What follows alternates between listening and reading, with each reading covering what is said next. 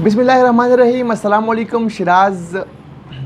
बिस्मिल्लाहिर्रहमानिर्रहीम अस्सलाम वालेकुम। लाइव विद शिराज के साथ मैं हूँ शिराज अहमद शराजी और आज की व्लॉग में हम बात करेंगे पाकिस्तान तहरीक इंसाफ की इंट्रा पार्टी इंतखाबात के हवाले से। एक मुअम्मा था जो हल हो गया। इलेक्शन कमीशन की जानिब से 20 दिनों का टाइम दिया गया था कि 20 दिनों के अंदर अंदर इंट्रा पार्टी इंतखाबात करवाने हैं पाकिस्तान तहरीक इंसाफ ने, वगरना उनके पास जो बल्ले का इंतखाबी निशान है वो उनसे छिन जाएगा।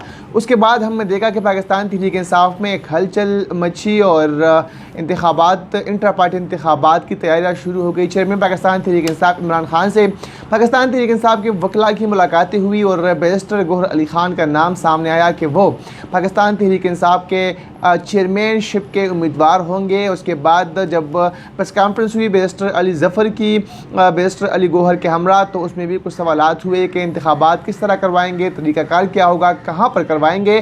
तो उस हवाले से कोई भी जवाब जो है वो उस मौका पर ना दे सके। लेकिन इंतखाबात तो ज़ाहिर बात है वो तो करवाने ही थे।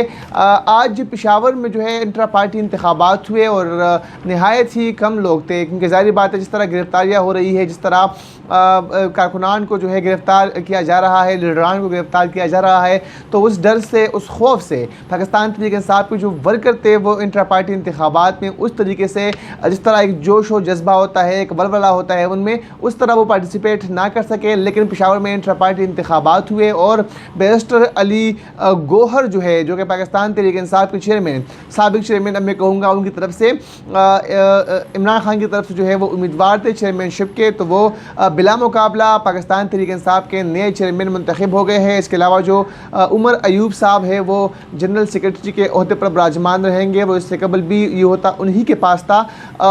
वो तमाम तर मामलात जो है वो संभाल रहे थे। जब ये ओहदा असद उमर की पाकिस्तान तहरीक इंसाफ को छोड़ जाने के बाद खाली हुआ था, तो उसके बाद ये ओहदा उमर अयूब के हिस्से में आया था और अब तक भी जो है वो इसी ओहदे पर विराजमान है।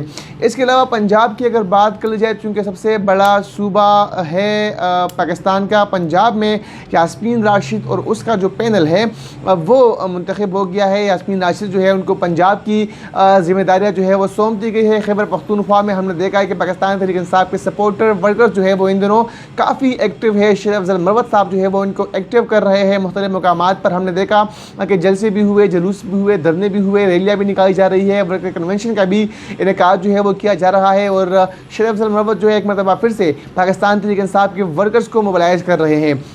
जो अली अमीन गंडापुर का पैनल था खैबर पख्तूनख्वा में, वो इंट्रा पार्टी इंतखाबात में जो है उनको कामयाबी मिली है। अब अली अमीन गंडापुर जो है खैबर पख्तूनख्वा पाकिस्तान तहरीक इंसाफ की सदारत की कुर्सी पर विराजमान रहेंगे।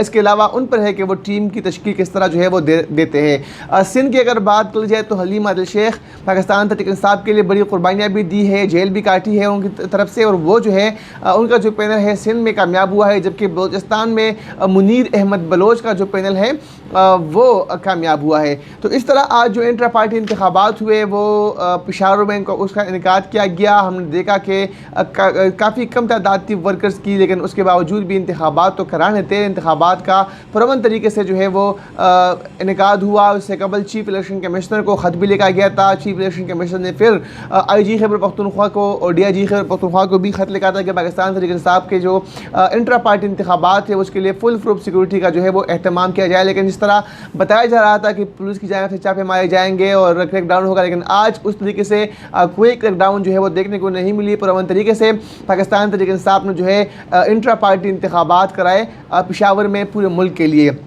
लेकिन अब यहाँ पर जो 1 मिलियन क्वेश्चन है वो ये है कि क्या ये जो इंतखाबात है जिनमें वर्कर की तादाद काफ़ी कम थी, काफ़ी कम तादाद में वर्कर आए थे, क्या ये इंतखाबात इलेक्शन कमीशन को कबूल होंगे? क्या इन इंतखाबात की वजह से जो पाकिस्तान तहरीक इंसाफ का बल्ले का इंतखाबी निशान था वो उनसे छीनने से रह जाएगा? तो ये भी इंतहाई अहम क्वेश्चन है। उसके अलावा जो पाकिस्तान तहरीक इंसाफ के बानी रुकन है अकबर एस बाबर, उनकी तरफ से पाकिस्तान तहरीक इंसाफ का जो ये जो इंट्रा पार्टी इंतखाबात थे इनको इलेक्शन कमीशन में चैलेंज करने का उन्होंने फैसला कर लिया है। आज 3 बजे वो प्रेस कॉन्फ्रेंस करेंगे इस्लामाबाद प्रेस क्लब में, नेशनल प्रेस क्लब इस्लामाबाद में, और उसमें बाकायदा तौर पर इस बात की जो है इस बात का वो ऐलान करेंगे कि उनकी तरफ से इलेक्शन कमीशन में ये जो इंट्रा पार्टी इंतखाबात है पाकिस्तान तहरीक इंसाफ के वो चैलेंज किए जाएंगे और क्योंकि जिस तरह हम उनसे बात कर रहे थे तो उनका ये मौक़िफ़ था कि आज चूँकि इलेक्शन कमीशन का दफ्तर जो है बंद है, इसीलिए मंडे को यानी पीर के दिन जो है वो इंट्रा पार्टी इंतखाबात को इलेक्शन कमीशन में चैलेंज करवा सकते हैं। बिल्कुल हमने देखा था कि वो 13 साल बाद पाकिस्तान तहरीक इंसाफ के सेक्रेटरीट जो है वो गए थे, वहाँ पर उन्होंने वर्कर से मुलाकात भी की, कारकुनान से मिले भी थे। तो अब देखते हैं कि क्या ये इंतखाबात इलेक्शन कमीशन को जो है वो काबिल कबूल है या फिर अकबर एस बाबर क्या कर सकते हैं इन तमाम तर मामलात पर, इस तमाम तर सिनारियों में। इजाज़त दीजिए नेक्स्ट व्लॉग तक अपने मेज़बान शिराज़ अहमद शिराज़ी को।